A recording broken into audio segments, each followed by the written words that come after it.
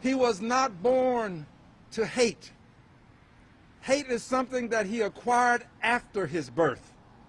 And if we're going to deal with the issues affecting us in this country as it relates to hate, we've got to understand the root causes of hate. To understand the root causes of hate, I want to share just a few lines from a song styled, "You've Got to Be Carefully Taught." I believe it makes a point succinctly. It says, "You've got to be taught to hate and fear. You've got to be taught from year to year. It's got to be drummed into your dear little ear. You've got to be carefully taught. You've got to be taught to be afraid and of people whose skin is differently shaded. You've got to be carefully taught. You've got to be taught before it's too late, before you're 6, 7, or 8, to hate the people your relatives hate. You've got to be carefully taught." This is what is happening to us. Our children are being taught to hate. And when they grow up, they do hateful and spiteful things. My friends, it is no longer enough for people who hold public office to be the loudest voices denouncing acts of violence and mass shootings. It's time for the chambers of commerce, the clergy, business owners, school boards, and people from all walks of life to denounce hate as well. All purveyors of hate must be publicly denounced, yes, by the public. Although hate violence impacts some indirectly, it can impact all of us indirectly. And it impacts some directly as well as others indirectly. Everyone is impacted. Hate crimes and mass shootings impact people's lives as well as the American economy. Because hate crimes and mass shootings impact commerce, the business community has a duty to their consumers and to society to speak out against hate and white supremacy.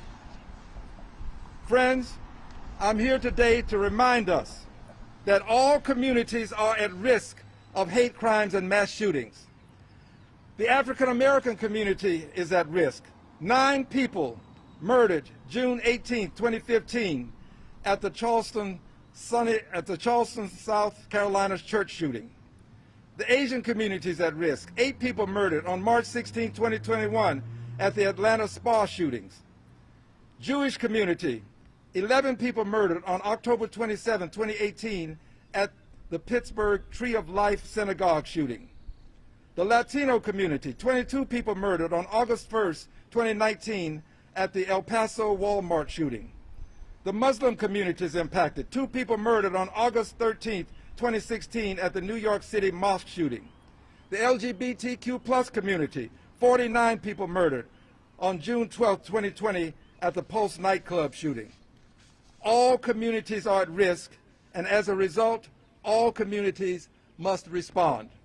It's time for the business community, the chambers of commerce, all segments of the business community to respond and denounce hate and violence. It's time for the clergy to do more. The clergy must not be silent on this issue and must speak with clarity as it denounces hate, and must make sure that it is said not once, not twice, but again and again and again, so that the young people who are being taught to hate will also be taught that hate is something that our society will not tolerate. Those who tolerate hate perpetuate hate. It's got to be a societal response to an issue that impacts all of society. We've all a role to play in eliminating hate. It's no longer just the duty of those who hold public trust. It's everyone's duty, but more specifically, it impacts commerce. And because it impacts commerce, the business community has an outsized role. The business community has to understand that if it does not act, fewer people are going to go out as regular as they could or should. People will start to stay at home. This will impact the revenue that businesses count on to stay in business. This will in turn impact the jobs and people who are employed. This will in turn impact the commerce, because when people lose their jobs, they don't have as much to spend. This is about the American economy, but it's also, most importantly, about American lives being lost to hate. And remember, this young man was not born a murderer.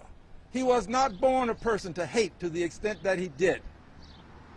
It's got to be taught, and we have to teach people that hate has no place in our society. I welcome your questions. Talk about what's next. It's almost kind of sad that it takes one of these tragedies to happen for us to then bring up these conversations. Maybe just speaking to the need to keeping this conversation going and action that needs to be taken so that we're not backtracking every time there's a tragedy. The business community has got to step up. The next thing that should happen, in my opinion, would be for the Houston Partnership in downtown Houston to hold a meeting and decide that they are going to go on record as being opposed to this violence, this white supremacy that we see in our country all too often. And the business community has to have a program itself to deal with hate. Hate cannot become the province of those who dwell in Washington, D.C. as representatives only.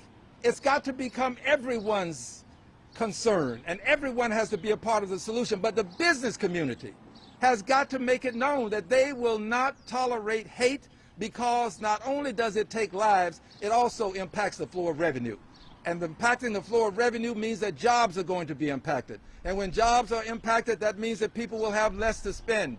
And when that happens, the economy itself can have some adverse effects. So we must, friends, do all that we can to make sure that we all play our role. The business community, however, has got to step up. And the clergy cannot allow this to become an event on certain holy days. It has to become an everyday event for the clergy. I don't understand why the clergy itself has not called for a march on Washington, a peaceful demonstration to show that members of the clergy from all faiths are united against hate in this country. If the clergy would unite and make it known, just as Dr. King did when he had his march on Washington, it would make a difference. We've got to ask the clergy to step forward and make its position known as it relates to hate. Remember, this young man was not born a killer. He was taught. It's something that he learned.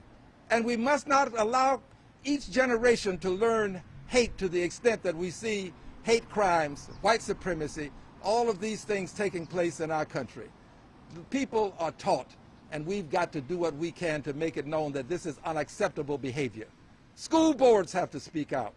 They've got to focus on the people who are losing their lives at schools. You can't just prosecute individuals. We've got to prosecute the hate itself. And to do that, to prosecute the hate, we've got to make sure everybody's engaged. This is a call to action for everyone. If you're not on a Chamber of Commerce board, then contact your Chamber of Commerce. If you're not a minister, a part of the clergy, then talk to your minister, or the person who represents you in the clergy. Talk to them and get them to get involved. Congressman, just so I can have a better understanding, this is just digesting information, understand the business owners and community. This young man walked into a random grocery store. Are you saying that businesses need to kind of put more of the, red light that people that are not, for all people are not allowed to come inside? You think they need more security? Maybe just so I can get a better idea of the call on the business community in connection to this. Well, let me give you the status first of the business community currently. Currently, we're out in a public space. The business community would not want us to have this such that a sign of a given business community would be displayed. That's why we chose this venue. They don't want that. They don't want to be associated with crime. They don't want it to be thought that somehow their business would in some way be complicit with crime. Well, I appreciate this. But what is happening is that there is a certain amount of complicity when you don't stand up, when you don't announce your position. Everybody's got to take a position. And the business community has got to let people know that they will not tolerate hate as well. Just talking about it will mean something to people. Having corporations have business plans that include the elimination of hate. We've got to make sure that the business community speaks out loudly. The Chamber of Commerce, the partnership in Houston, Texas, should make a statement about this. I notice that businesses, too often, they simply are in business to receive revenue, hire people. That's good. But now it's to the point that people who come into places of business are being murdered. Businesses have a responsibility to let the world know where they stand on this issue. This young man was not born a killer. This is something that he learned. And we've got to let society know that we won't tolerate hate. Those who tolerate it, perpetuate it. You've got to be taught.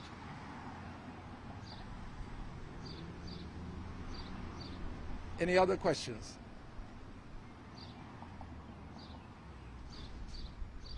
If there are no other questions, I'll just close with this, friends. I frequent many stores myself, and I have been approached by people who have said to me that they are becoming more frightened about going out for good reasons, just to buy food, clothing, to do the things that will have people acquire the necessities of life. People are concerned and they're afraid. At some point, there will be a break. We need to act before there is a break. So I'm appealing to the clergy. Make your position known. Appealing to the business community. Publish your position on white supremacy. Say that white supremacy is unacceptable. Say it. Some people seem to think that the white supremacists in this country are a part of some sort of clientele that they have to cater to by not denouncing them. White supremacists aren't welcome. I was in a church this morning, and out in front of the church they have a sign that says, "No guns allowed." In my lifetime, I never thought I'd see such things, but they're here. And the church has to step forward by and through the clergy.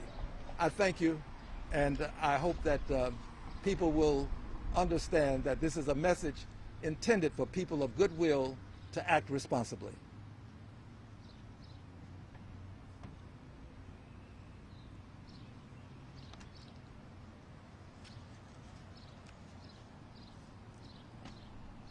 Thank you so much. Okay, thank you.